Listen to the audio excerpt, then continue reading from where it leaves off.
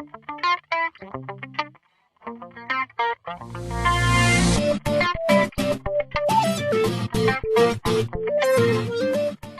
و حضرات، آج ہم آپ کو سفرناک میں سیر کرائیں گے جنوبی پنجاب کے ایک ضلع کی جس کا نام ہے خانیوال۔ خانیوال کے شمال میں جو دو اضلاع ہیں ان میں ایک ہے جھنگ، دوسرا ٹوبہ ٹیک سنگھ۔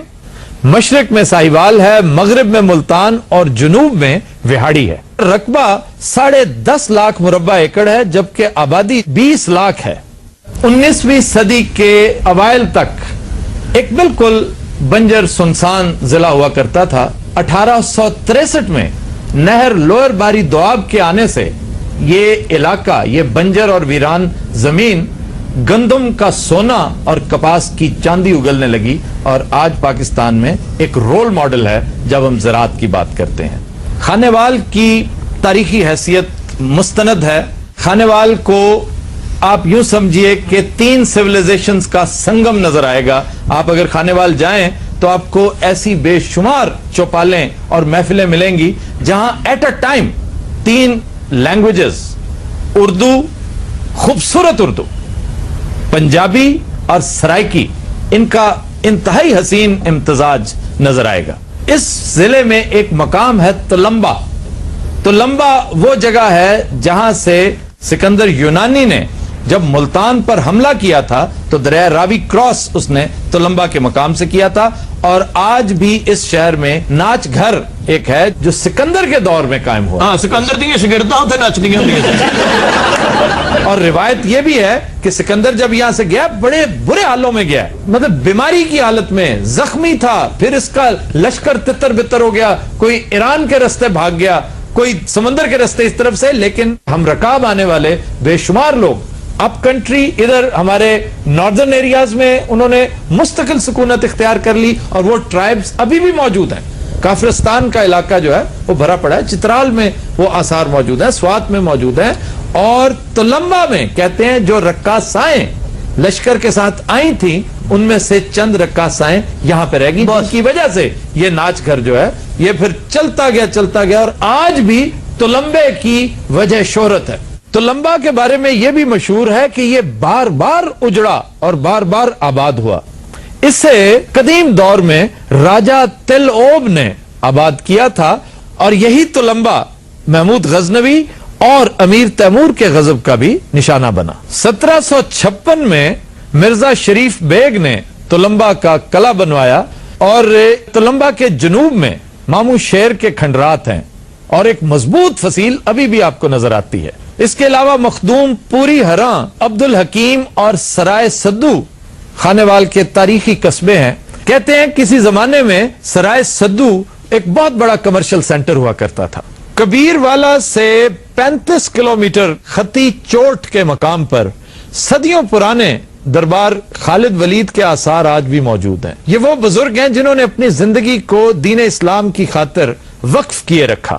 آپ محمود غزنوی کے ہمراہ ہندوستان آئے تھے اور پھر یہیں آپ نے رحلت فرمائی۔ شہاب الدین غوری کے دور میں کہتے ہیں کہ ملتان کے ایک نامور گورنر علی بن کرماخ نے 1183 میں ایک شاندار مقبرہ تعمیر کروایا اس بزرگ کو خراج تحسین پیش کرنے کے لیے۔ اب یہ مقبرہ بھی میں سمجھتا ہوں آرکیٹیکچر کی بہترین مثال ہے۔